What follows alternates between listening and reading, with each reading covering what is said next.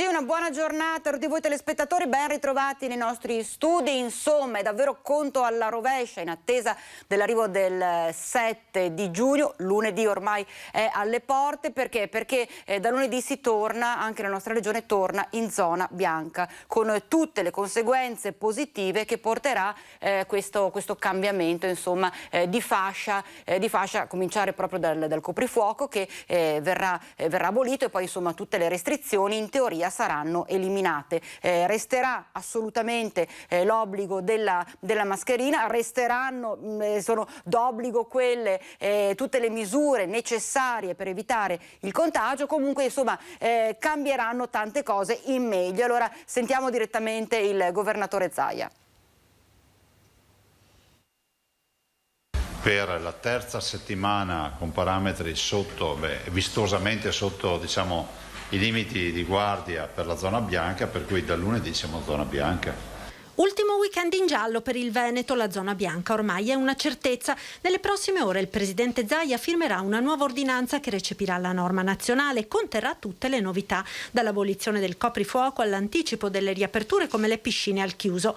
L'altra novità di oggi è il via alla corsia preferenziale per la vaccinazione degli operatori di turismo e centri estivi. Dalle 4 di oggi apriamo 50.000 posti in agenda, ovviamente nelle settimane, ma i primi già questa settimana, fino a domenica saranno 9.000 e 9.000 anche la prossima, e poi a incrementare per gli operatori del mondo del turismo. In più alle 16 di oggi apriamo anche a un target importante, sono 30.000 con più di 16 anni che sono i centri estivi. Ad oggi sono 2.930.000 le dosi di vaccino effettuate in Veneto. Il 55,7% dei veneti comunque ha avuto una dose o è già prenotato per averla. Se volete, non dico una suggestione, ma un obiettivo, noi il giro di boa per agosto, io dico a farla grande a metà agosto l'abbiamo fatto con tutti quelli che volevano vaccinarsi. Per l'inizio della scuola a settembre, assicura Zaia, gli studenti over 12 saranno vaccinati. Altra questione ancora aperta è quella dei vaccini a vettore virale AstraZeneca e Johnson & Johnson, raccomandati dai 60 anni in su. Avendo un'alta percentuale di over 60 già vaccinati, il Veneto, prosegue Zaia, per ora fa magazzino e non organizzerà open day come invece stanno facendo altre regioni. Non sto dicendo che questi vaccini non vanno bene, che sia chiaro, vanno benissimo, solo che ad oggi c'è un limite di età. Noi faremo un magazzino, è inevitabile, a meno che non ci sia un pronunciamento, scusatemi, da parte dell'autorità che ci dice potete utilizzarlo per tutti senza nessun problema. Di certo questa responsabilità noi non ce la prendiamo, o peggio ancora non vogliamo scaricarlo sulla pelle dei cittadini. Di certo è che le incognite al momento principali sono quelle legate alle varianti del Covid-19. È stato scoperto ad esempio proprio in Veneto un caso di variante argentina, per quanto dall'Istituto Zooprofilattico assicurino che non si tratta di una variante particolarmente aggressiva. B1499 è una nuova variante diffusa soprattutto in Argentina e analizzata per la prima volta in Italia dall'Istituto Zooprofilattico delle Venezie, che ha sede a Legnaro. Dopo inglese, sudafricana, brasiliana, indiana e nigeriana, il Veneto ha trovato un campione di quella che potrebbe essere già rinominata variante argentina del Covid. La scoperta è stata trovata in un campione fornito dall'USL 3 Serenissima, competente su parte del territorio veneziano. Al momento gli esperti non la ritengono particolarmente aggressiva, ma l'allerta resta alta. Nel report di sorveglianza del mese di maggio dell'Istituto Zooprofilattico è stato rilevato che in Veneto il 94% di infezioni è provocato dalla variante inglese, mentre le varianti indiana e brasiliana sono state identificate con una frequenza inferiore al 2% e le varianti nigeriana e sudafricana non sono state individuate nel corso di questa sorveglianza. Abbiamo sentito poco fa il governatore Zaia col servizio appunto in cui si poneva l'attenzione sulla necessità della vaccinazione, soprattutto in questo periodo, gli operatori turistici. Allora a Venezia, luogo per eccellenza avocato al turismo, è partita proprio una vera e propria campagna vaccinale all'interno degli hotel. trovare un modello condiviso di organizzazione del lavoro ed eventualmente anche di fare delle scelte forti come quella di dire non ti vuoi vaccinare, forse è il caso che fin tanto che non finisce questa emergenza, per un periodo di tempo che non possiamo definire oggi, magari stai a casa e verrai sostituito da un altro collaboratore. Non escludere misure forti, il vice direttore dell'Associazione Veneziana Albergatori Daniele Minotto, verso i lavoratori negli alberghi e strutture ricettive della città che pur avendone i requisiti preferiscono non vaccinarsi. Subito però vengono chiariti i motivi di questa netta presa di posizione. Una misura che comprendiamo essere forte non vuole mettere in discussione il posto di lavoro e la professionalità delle persone, ma solo aiutare il settore perché tutti quanti insieme si possa vincere, quindi ritornare ad essere la meta turistica preferita a livello mondiale. Gli hotel di Venezia vogliono proporsi con il marchio Covid Free. Per questo l'associazione si prepara a dialogare con le organizzazioni sindacali per favorire la totale vaccinazione dei lavoratori delle strutture alberghiere. Inizia la fase in cui tutti gli operatori del turismo sono considerati come fascia prioritaria per la misura anti-Covid, quindi possiamo vaccinare anche tutti quelli che sono i collaboratori all'interno delle strutture alberghiere. E dobbiamo per forza riuscire a sfruttare questa fase dove stanno tornando i turisti, si sta rimuovendo abbastanza bene il settore, non siamo ancora a una fase di sicurezza dal punto di vista delle prenotazioni perché siamo ancora con circa il 60% delle strutture ancora chiuse, però iniziano ad arrivare i turisti. E intanto il primo vaccinato d'Italia tra il personale stagionale, pensate, è un bagnino che lavora a Jesolo.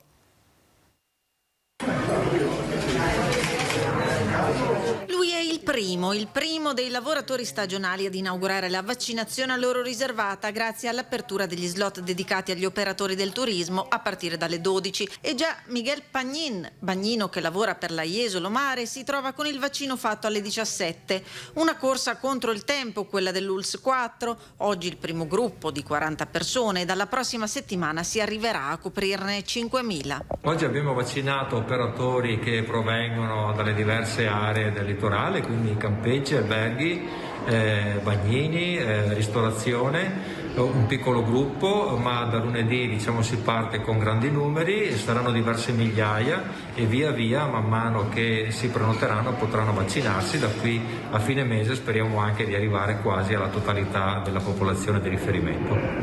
Sono operatori di alberghi, di campeggi, bagnini di salvataggio provenienti dalle varie località balneari, considerando che l'azienda sanitaria ULS 4 è la più turistica, comprende Bibbione, Caorle, Eraclea, Cavallino Treporti e Jesolo, dove oggi al Pala Invent si è avviato l'appuntamento vaccinale auspicato da tempo dalle categorie del settore turistico. Credo che con questo passaggio faremo un ulteriore salto in avanti verso anche non solo la salute, a tutela della salute dei nostri collaboratori, ma anche e soprattutto degli ospiti che verranno a frequentare le nostre aziende. È un'ulteriore comunicazione in più che va nella direzione giusta, anche che è quella della sicurezza sanitaria. Un passo avanti rivolto al sistema dell'accoglienza estiva. Certamente c'è soddisfazione, anche un pizzico di rammarico perché auspicavamo partisse molto prima, questo non lo nego. Era importante partire per tempo, soprattutto in termini di comunicazione, così come hanno fatto altri mercati.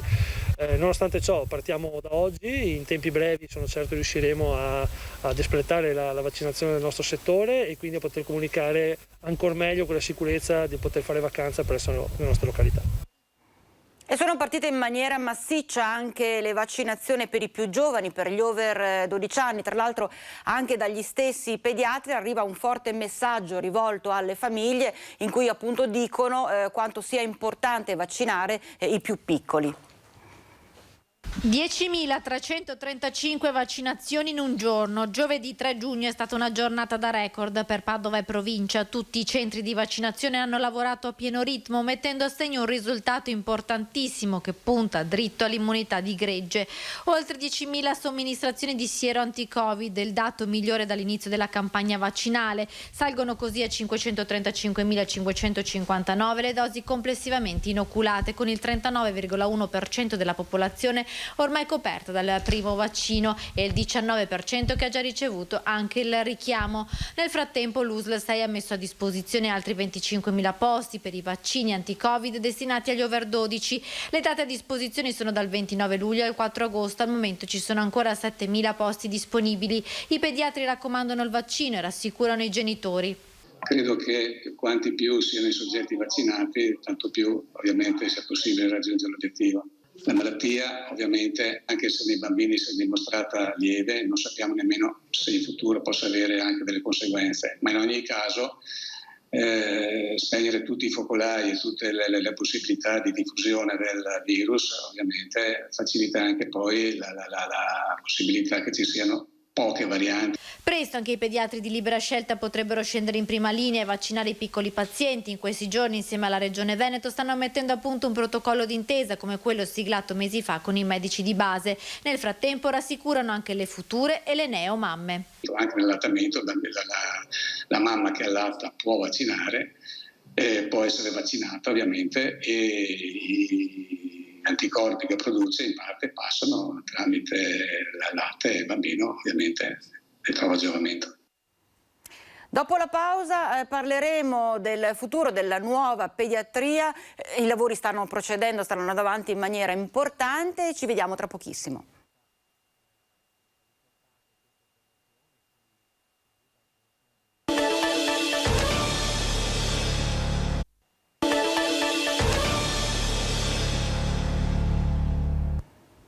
Rieccoci in diretta. Superato l'ultimo ostacolo burocratico, si avvia la posa della prima pietra, sempre più vicino ormai questo momento per la nuova pediatria di Padova.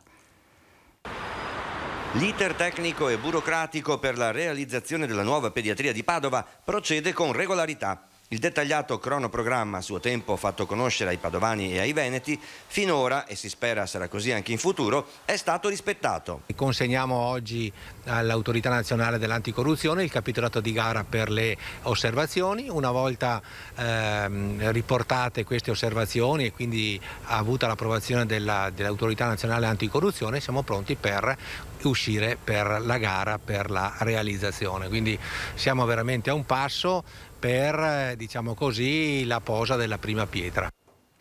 Abbiamo sentito poco fa il pediatra che lanciava un forte messaggio alle famiglie perché i più giovani vengano vaccinati, e allora abbiamo chiesto proprio alle persone, siamo stati in centro a Vicenza, abbiamo chiesto alla gente che ne pensa della vaccinazione delle fasce più giovani d'età. Secondo me i giovani sono quelli un po' più a rischio, perché sono quelli che fanno più comunella, sono quelli che fanno più assembramenti. È diverso dai giovani agli adulti, secondo me sì. Quindi vaccinare loro per salvaguardare gli altri, è un po' questo il concetto? Vaccinare anche loro per salvaguardare tutti, non solo gli altri, gli anziani, i più piccoli, chi come mio marito ha problemi di salute, sì. Secondo me sì. Favorevole quindi? Favorevole. Sono loro che prevalentemente rischiano di spargere il contagio praticamente, come tutti gli altri del resto. In visione di un ritorno a scuola penso proprio di sì. L'avrei fatto già anche prima, io in visione proprio della scuola per loro, perché secondo me è una mancanza non andare a scuola per i ragazzi incredibile. Penso che vada bene. E perché secondo lei per l'inizio della scuola? Sì, per il fatto che sono in gruppo. Ma anche noi che siamo 60 anni, va bene dai, bocce da 10-15 anni, magari sono ancora bambini, penso di no. Io sono d'accordo assolutamente sui vaccini, quindi penso che vada assolutamente bene, anche per evitare eventuali contagi con eventuali nonni che abitano insieme ai ragazzi e via dicendo, quindi sono d'accordo. Anche tra i giovanissimi? Anche tra i giovanissimi, i miei figli, assolutamente. Sono d'accordo e sto aspettando anche io quando avrò la possibilità di fare. Quanti anni hai? Ho 22 anni e considero che solo così possiamo combattere la pandemia. Penso di sì. Anche per la ripresa, diciamo, dell'anno scolastico? Penso di sì, è una protezione, quindi restiamo sulle parole della scienza. Abbiamo in collegamento Skype il nostro Guido Barbato da Padova. Buongiorno Guido, ben ritrovato. Che novità ci sono da Padova oggi? Buongiorno Vanessa, Padova stamattina ha salutato per l'ultima volta alle ore 9 di quest'oggi Stefano Vallin, ex fotografo professionista, poi fotografo magari in maniera più amatoriale ma sempre ovviamente con taglio professionale nell'uso della macchina fotografica, mancato in un incidente stradale tragicamente nella notte tra venerdì e sabato della scorsa settimana mentre era in sella alla sua moto. Stiamo vedendo Guido infatti il corteo di questa mattina. Sì, che si è tenuto, questa cerimonia laica si è tenuta negli impianti del CUS, del Centro Universitario Sportivo, non molto distanti da qui, dove appunto Stefano aveva anche giocato a rugby e aveva anche poi coltivato la sua passione di fotografo. I ragazzi della prima squadra hanno portato il feretro al centro del campo centrale di rugby, hanno firmato una maglia e poi si è deciso con i parenti di raccontare ognuno brevemente la sua conoscenza di Vallin. Vallin aveva anche un negozio di fotografia alcuni decenni fa in pieno centro storico in via Umberto I, poi era appunto quindi noto per essere un fotografo diciamo di still life oppure di matrimoni. Per alcuni anni ha collaborato anche con i quotidiani locali, poi ha visto che non era esattamente quella la sua dimensione. Negli ultimi anni della sua vita, è mancata a 63 anni, e aveva coltivato invece molto il volontariato, era molto diventato noto e apprezzato e ben voluto per la maniera in cui appunto aiutava gli ultimi senza guardare che fossero stranieri, italiani, padovani o fuori Padova. Era proprio diventato famoso per questo e molti lo hanno ricordato in questo modo, in questa cerimonia particolare alla quale hanno partecipato docenti universitari, tra questi anche l'ex vice sindaco di Padova e ora capogruppo dell'opposizione in Consiglio regionale Arturo Lorenzoni, personalità dell'arte, della musica, Francesco Bonsembiante, produttore cinematografico anche di Carlo Mazzacurati e insomma personalità anche abbastanza note. Ecco, questo è stato un po' il ritratto che molti hanno voluto dare di Stefano Vallin. E ricorderete che appunto questa settimana a Padova è davvero una settimana dolorosa. Lunedì ha salutato anche un altro professionista dell'immagine, il collega Giuseppe Zwirner, nel suo funerale che si è tenuto nella Basilica del Santo lunedì. Giuseppe è mancato due venerdì fa in seguito a un malore fatale mentre si trovava nella sua casa all'età di 66 anni. Davvero una settimana proprio sfortunata, una settimana triste per tutti coloro che un po' lavorano nel mondo dell'informazione e della comunicazione in città e in provincia. Passiamo ad argomenti un po' più leggeri, se permettete, se volete, ma non per questo meno interessanti. Sono appena reduce da un compleanno, i 16 anni del primo mercato contadino d'Italia. A Monselice quest'oggi è stato ricordato l'inizio e l'attività che continua per fortuna di Agrimons, un mercato agricolo che appunto si rivolge ai cittadini e in cui i venditori sono direttamente i produttori di frutta e verdura del comprensorio del Monselicense e del Conselvano, giusto per capirci, anche della Bassa Padovana. Questi agricoltori, insomma, grazie all'iniziativa di alcuni di loro, più o meno appartenenti alle solite associazioni di categoria, qualcuno anche magari un po' transfugo, 16 anni fa, nel 2005, iniziarono questa attività di vendita diretta dei loro prodotti. Bisogna dire che forse ci hanno visto bene, saranno stati dei pionieri 16 anni fa. Oggi l'acquisto magari di prodotti diretti dell'agricoltura è pressoché indispensabile per ognuno di noi, proprio perché si ha la possibilità non solo di aiutare l'economia locale, di mangiare, poi mettere in tavola prodotti freschi con un chilometro magari che se non è esattamente zero è comunque molto contenuto all'interno di meno della provincia di Padova e quindi quest'oggi c'è stata una bella iniziativa con il sindaco di Monselice Giorgia Bedin, i suoi assessori al turismo e al commercio, la piantumazione di 16 piante di rose antiche per ricordare questo momento e insomma continuare a guardare avanti in questa iniziativa che piace molto ai cittadini. Bene, Guido, tra l'altro ne approfitto perché adesso che ti ho in linea, perché così ci guardiamo assieme un servizio ancora cronaca, un bruttissimo episodio che si è verificato, un giovane, un ventenne, cercava di sfuggire alle forze dell'ordine, si è gettato nel Brenta ed è annegato. Lo guardiamo assieme in servizio, Guido. Vediamo se dalla regia riescono...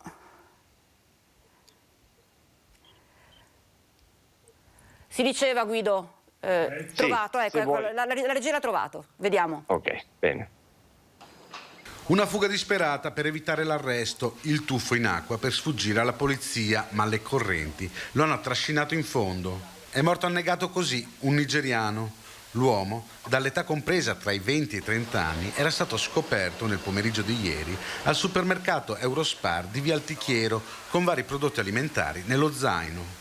Il vigilante lo ha fermato e da lì ne è nata una colluttazione. Il nigeriano è riuscito quindi a scappare inseguito dall'addetto alla sicurezza, a cui si sono affiancati anche gli uomini delle volanti della questura. L'uomo tenta allora il tutto per seminare gli inseguitori e decide di buttarsi nel Brenta per arrivare all'altra sponda del fiume. Alcuni testimoni però lo vedono sparire in mezzo al Brenta. Iniziano quindi le ricerche dei sommozzatori, dei vigili del fuoco, che troveranno verso le 21 il corpo senza vita dell'uomo. Una vicenda davvero terribile, Guido. Per quanto riguarda la cronaca, ci sono altre novità da Padova? No, al momento no, ma comunque se ce ne fossero ti chiederò nuovamente la linea qui della nostra sede di Padova. E allora io ringrazio il nostro Guido Barbato per il suo collegamento. Noi restiamo a Padova perché abbiamo un servizio che riguarda un bar che è stato, un barista anzi, che è stato denunciato perché sentite un po' cosa faceva all'interno del suo locale. Birre e bibite scadute, aperitivi di sottomarca spacciati per Aperol. Questo è il risultato di un controllo degli agenti della questura di Padova al Bar Pani di via Marsala. Nel pomeriggio di giovedì gli agenti della questura di Padova, con un operatore della polizia scientifica e la squadra attività produttive della polizia locale, insieme all'unità cinofila antidroga, hanno effettuato un controllo congiunto nel Bar Pani di via Marsala. Negli ultimi giorni diversi residenti della zona si erano lamentati con le autorità per gli schiamazzi dei giovani avventori del locale.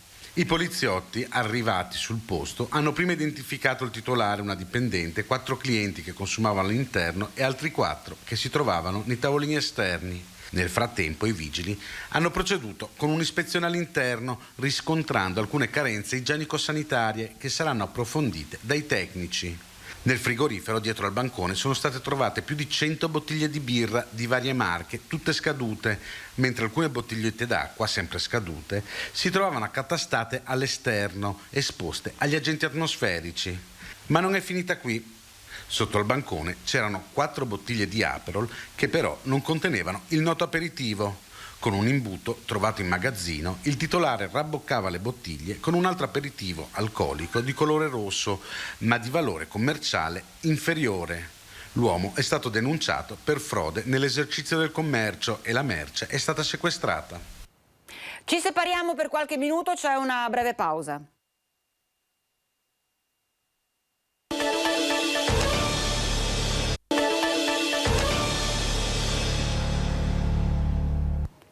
Siamo nuovamente in diretta, andiamo a Venezia, ci occupiamo del caso trasporti, anzi è meglio dire caos trasporti. Dopo l'ennesima denuncia da parte della CGIL nei confronti della dirigenza ACTV, sulla questione interviene anche il consigliere comunale Gasparinetti con una segnalazione. Noi abbiamo 20 dipendenti ACTV precettati per assicurare un servizio di navetta con il salone nautico che viaggia semivuoto e ne abbiamo preso conoscenza appostandoci davanti al Terminal C. Fra l'altro un servizio di cui non possono usufruire i cittadini perché è riservato esclusivamente a chi è in possesso del biglietto per il salone nautico. Dunque, mentre la CGIL denuncia mancanza di sicurezza a bordo dei vaporetti, corse che seguono ancora l'orario invernale e aggressioni, il vaporetto destinato al salone nautico sarebbe semivuoto. Una linea in perdita, chiaramente in perdita, affidata da CTV, mentre le corse redditizie vengono progressivamente trasferite ad un soggetto privato. A me dispiace soprattutto per l'immagine di Venezia che stiamo dando al mondo, perché il servizio di trasporto pubblico in questi giorni è roba da terzo mondo. Le file, gli assembramenti e anche gli episodi di aggressività scatenata da questi disservizi sono francamente inaccettabili. Per questo i gruppi consigliari di opposizione hanno depositato una richiesta di consiglio comunale straordinario. L'importante è offrire agli utenti, perché il turista che arriva è utente come noi cittadini, un servizio degno della storia di questa città e non ammassarli su mezzi pubblici in cui si viaggia come nei carri bestiame. Questo non è accettabile. Non prendeteci in giro, abbiamo capito qual è il gioco e ne parleremo presto in Consiglio Comunale straordinario. Anche il presidente Zaia è intervenuto sul caos dei trasporti, lanciando un appello. Io penso che sia ragionevole rivedere quelle quote del 50% dei mezzi di trasporto, soprattutto acqueo, dove è insostenibile e l'alternativa non c'è che uno c'ha la zattera, c'è il gommone.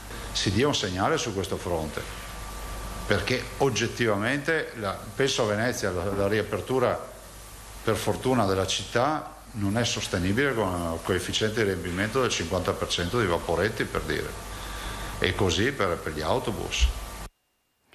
Caos non solo per quanto riguarda i trasporti nel veneziano, ma un caos anche per quanto riguarda la burocrazia. Andiamo in centro a Padova perché vi raccontiamo la storia di un locale, un ristorante che ha chiesto al comune di poter avere un plateatico esterno più grande, più vasto, per appunto poter ospitare i suoi clienti. È stato accordato, peccato che la sovrintendenza abbia bloccato tutto, nonostante proprio a 2 passi dal posto previsto per il ristorante ci siano già attivi da tempo diversi altri ristoranti funzionanti, quindi plateatici di altri ristoranti. Sentiamo.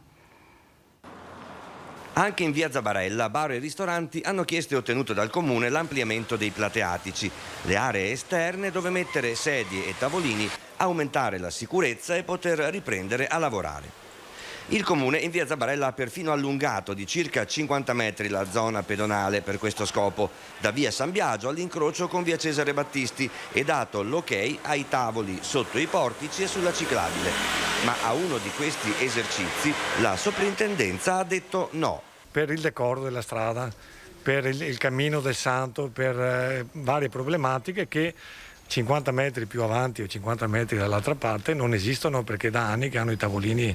Riassumendo, alla trattoria pizzeria dei fratelli Colzera, che potrebbe accogliere e rifocillare i pellegrini e i turisti diretti al Santo, è stato vietato di mettere i tavoli all'esterno del locale perché sarebbero sul percorso del cammino di Sant'Antonio. Conseguenze, il segnale stradale della nuova area pedonale già installato in via Zabarella è stato insacchettato. Le sedie e i tavoli comprati dai gestori, visto il benestare del comune, sono in magazzino, sempre per l'inspiegabile no degli uffici statali ai beni culturali. Sbalorditi i Colzera, i quali fanno notare come da 41 anni con la loro attività hanno rivitalizzato una delle zone che di sera è tra le più pericolose del centro storico. Con la bella stagione e i 30 coperti all'esterno speravano in un po' di ossigeno. Noi siamo ancora sotto l'80% del fatturato, continuiamo con l'80% di fatturato in meno. E torniamo a Montebelluna, torniamo a occuparci della tragedia avvenuta qualche giorno fa con la morte di un giovane al lavoro, Mattia, 23 anni, morto travolto da una gru. Gli uomini dello Spisal sono tornati nel cantiere e fuori dal cantiere, come sempre, mamma Monica.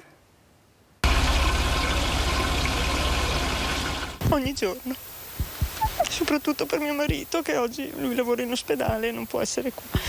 Noi ogni giorno veniamo, che abbiamo paura che qualcuno ci imbrogli e quindi dobbiamo essere presenti qua ogni giorno.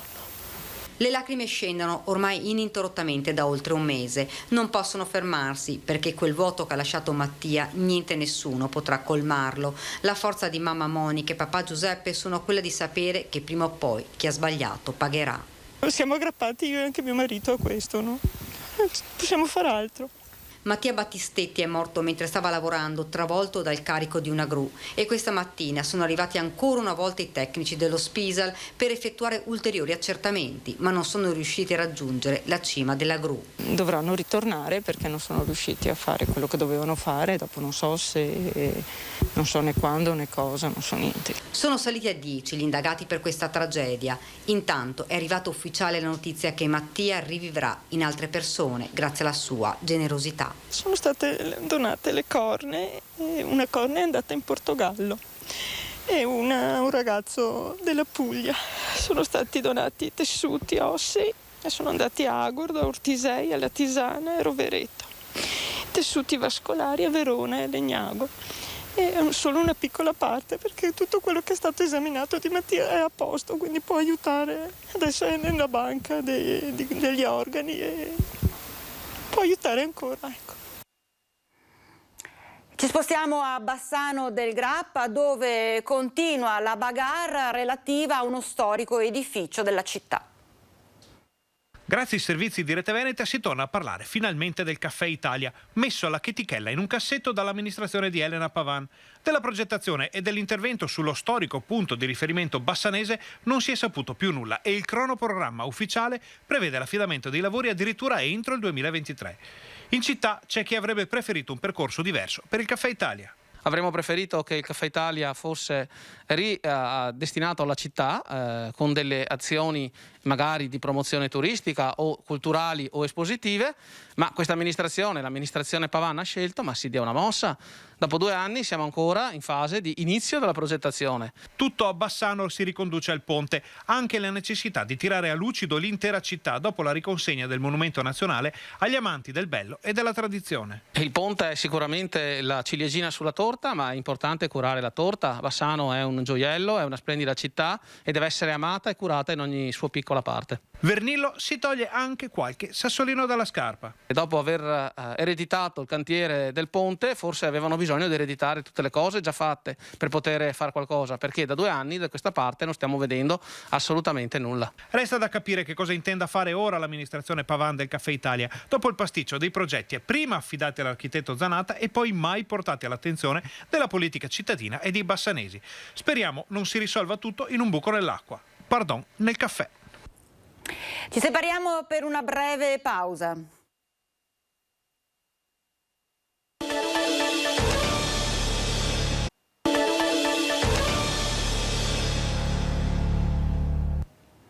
Focus TG, ben ritrovati in diretta. Allora andiamo subito a Vicenza, in pieno centro, una bellissima giornata di sole, c'è la nostra Gabriella Basso. Gabriella, buongiorno.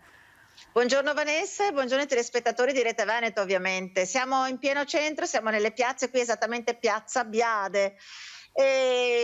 Vanessa, abbiamo sentito un po' cosa ne pensano i vicentini di questa fascia gialla e aver tolto il coprifuoco, sia i vicentini sia che i titolari dei bar. Diciamo che tra i vicentini, quelli che abbiamo sentito, c'è da una parte ovviamente molta contentezza perché è un ritorno sempre più alla normalità, dall'altra c'è anche un po' di preoccupazione perché dicono speriamo che non succeda come l'estate scorsa, che poi a settembre-ottobre ci ritroviamo di nuovo chiusi. Certo, i vaccini fanno sicuramente la differenza per tutti quanti, però sai, probabilmente quest'anno e mezzo abbondante di tra lockdown, semi-lockdown, fasce colorate ha provato sicuramente il sentimento dei vicentini. Per quanto riguarda i locali si stanno organizzando, sono contenti, i plateatici funzionano e il fatto di aver tolto il coprifuoco soprattutto diventa importante perché consente di diluire la presenza dei clienti nell'arco della serata. Quindi anche la questione assembramenti, gente che attende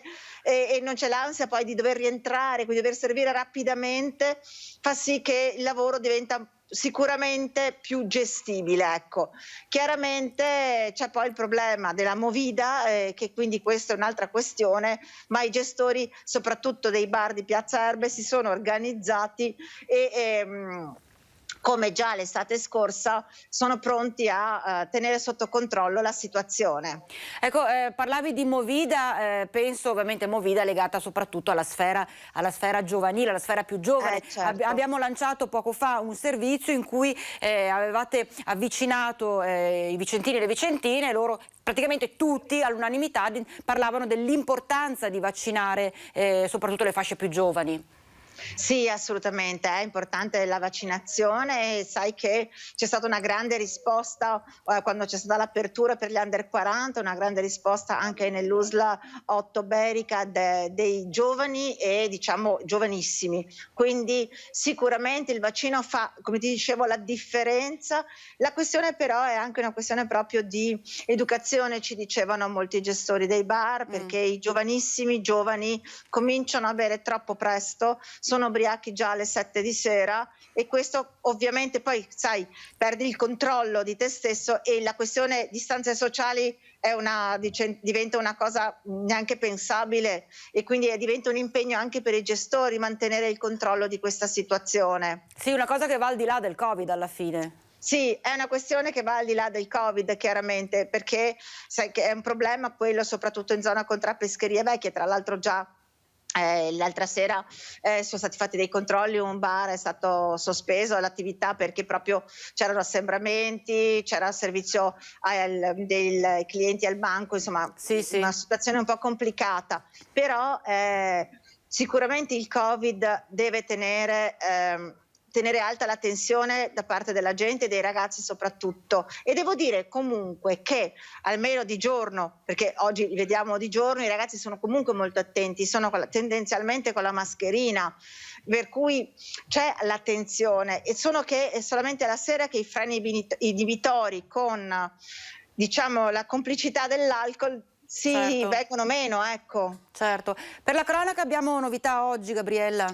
Sì, abbiamo diverse novità, tra l'altro oggi ci sarà anche un bilancio dei Carabinieri di Vicenza su questo anno di servizio, ma abbiamo da Arzignano i Carabinieri di Valdagno che hanno sorpreso uno spacciatore nel bar sequestrando 7 dosi di cocaina e 1.300 euro in contanti, un pusher che è stato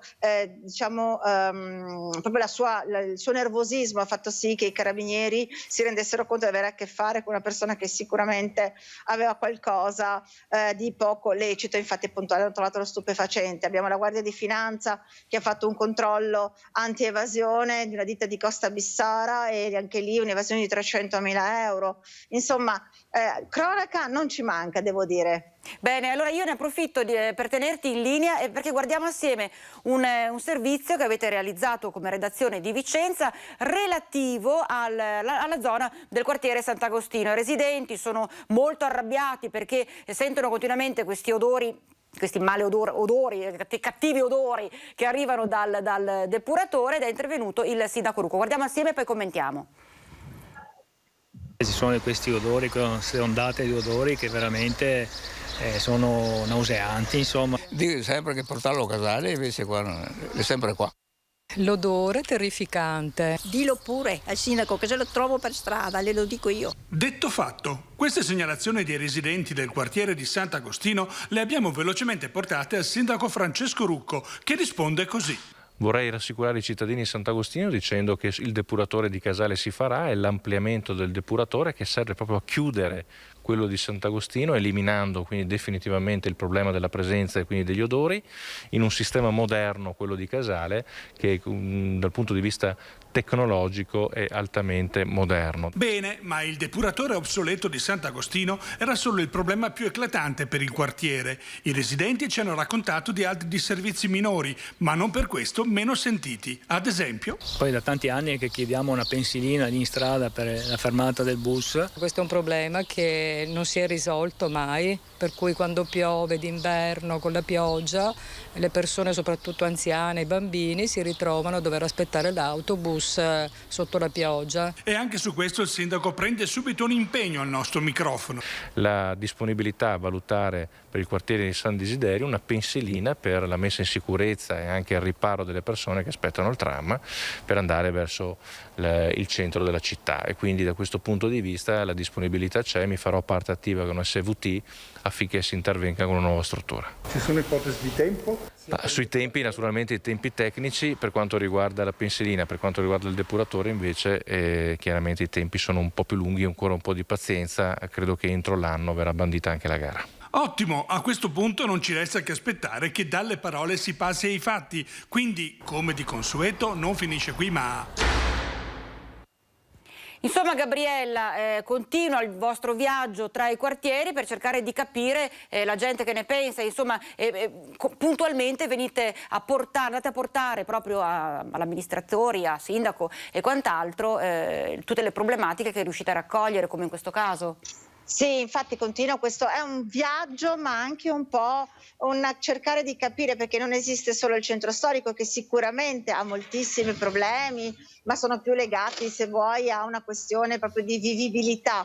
mentre i quartieri di problemi ne hanno diversi, proprio pratici, tecnici. Per esempio siamo stati il quartiere San Bortolo, una via particolare che è via Medici, una via dove c'era l'Hotel Adele, famoso, assurdo alle cronache per la presenza di migranti, perché era diventato una sorta di hub, certo. Ma in realtà quella via di quel quartiere sta morendo. Non ci sono, i negozi stanno chiudendo, insomma.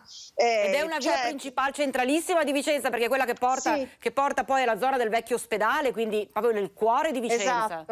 Esatto, diciamo che un nostro viaggio è sia nei quartieri ma anche nelle vie di questi quartieri, perché sono quartieri grandi, quindi ogni parte del quartiere ha una sua problematica, problemi se vuoi spiccioli, che può essere appunto la pensilina, ma fondamentali per la gente che appunto vive il quartiere, che ha bisogno di prendere i mezzi, il parcheggio, che magari sono anziani, dover fare tanta strada per arrivare al negozio di quartiere, ma il parcheggio è lontano, non ce la fanno.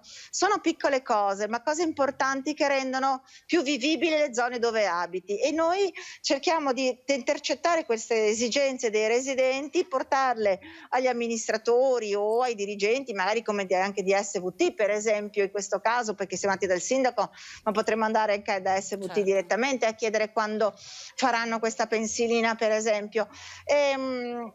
Per cercare di dare una risposta, per far sentire la presenza, cioè far capire che le loro esigenze non passano in secondo piano, ecco. Certo, bene, allora io ringrazio Gabriella Basso da Vicenza, non perdete questa sera 19:15 TG Vicenza, ci sarà tanto altro materiale che state confezionando in redazione, quindi io ringrazio Gabriella Basso e buon lavoro. Noi andiamo avanti intanto con il nostro telegiornale, andiamo in montagna, ci occupiamo di fondi che sono arrivati alla montagna bellunese, che però non stanno soddisfacendo molto proprio i diretti interessati. Agricoltura e allevamento nelle terre alte. Se ne è parlato in un incontro organizzato dai parlamentari bellunesi della Lega per chiedere che il governo dia una mano all'agricoltura e a quella di montagna in particolare. Centro di gravità per quanto riguarda la soluzione dei problemi che si hanno a valle e per evitare che i giovani se ne vadano, visto che con l'abbandono si creano poi i problemi idrogeologici. Il tema dell'agricoltura per noi della Lega è molto importante, soprattutto se viene declinato per la nostra montagna. La montagna richiede attenzioni particolari, a partire dalle tempistiche per la realizzazione dei lavori finanziati dai bandi, perché la finestra temporale utile per intervenire è spesso molto breve. In quota piogge, neve e gelo riducono infatti le possibilità a poche settimane l'anno. C'è quindi la necessità di inserire una formula che agevoli gli agricoltori di montagna nei bandi sulla gestione di pascoli e maglie come quelli del Bellunese. La Regione Veneto per la montagna bellunese in particolare, ma veneta in generale, nello scorso piano di sviluppo rurale ha riservato risorse importanti, si parla di oltre 400 milioni di euro su oltre 1 miliardo, e quindi una sensibilità in cui i frutti si cominciano a vedere, perché col fiorire di nuove aziende, soprattutto con l'avvicinarsi dei giovani. Nel frattempo è stata elaborata una legge sulle piccole produzioni locali che sarà uno stimolo importante per tutti i giovani intenzionati ad avviare nuove attività. Gli agricoltori gestiscono in Italia i 2/3 del territorio, a loro è affidata la cura del patrimonio naturale nazionale. La legge allo studio punta a dare competenza di protezione civile a chi coltiva e alleva, perché a fronte di un riconoscimento economico adeguato possano manutenzionare e curare il territorio.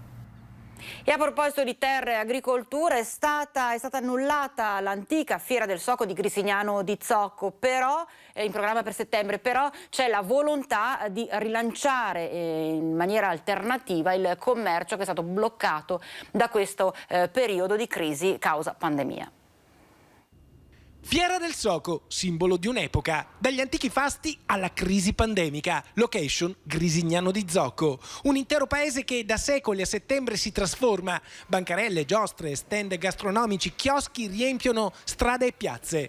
Sul 2021 però c'è un grande cartello, fiera annullata, non va di scena per il secondo anno consecutivo, causa Covid. Quello che è il distanziamento sociale e l'ammassamento di persone saranno le ultime cose ad abbandonarci, e purtroppo la nostra fiera principe è proprio l'ammassamento di persone. In effetti 1 milione di visitatori, dalle dimensioni di quella che è la più grande fiera del Veneto e anche della più antica. Già da prima del 1200 si parlava di antica fiera. Che noi la fiera l'aspettavamo sempre come, tra virgolette, il capodanno, quindi da noi ogni programmazione che si fa in programmazione della fiera.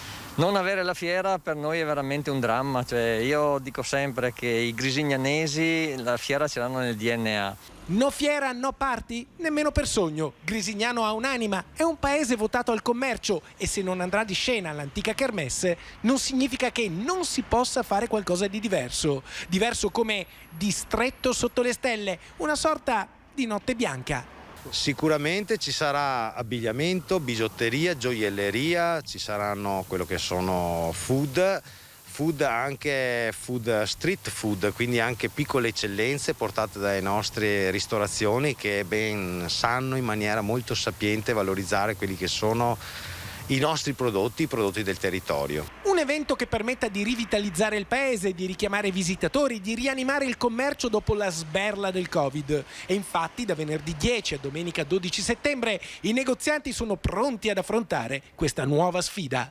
Questa iniziativa sotto le stelle vuole essere appunto un'occasione per ritrovarci, fare una passeggiata. Sarebbe una cosa bella e utile mantenere un po' vivo questo paese. Così almeno riusciamo a dare qualcosa in mancanza della fiera. E in un modo che, in un periodo soprattutto in cui la gente è abituata a trovare qualcosa.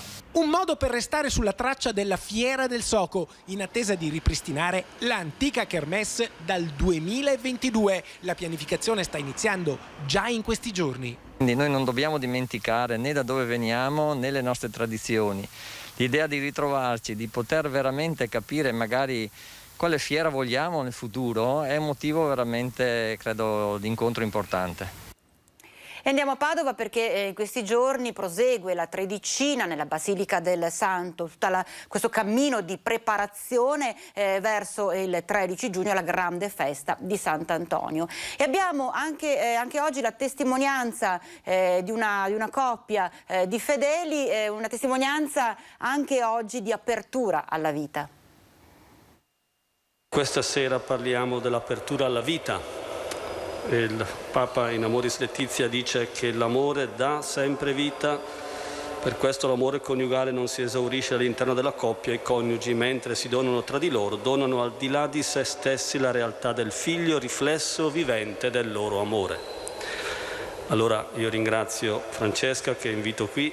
Ci siamo resi conto così che essere aperti alla vita è una scelta da compiersi ogni giorno e che nonostante i nostri sbagli e le nostre fragilità significa entrare in relazione profonda con Dio, metterci dalla sua parte e farci copartecipi dei suoi sogni per noi, per la nostra famiglia, per la nostra vita.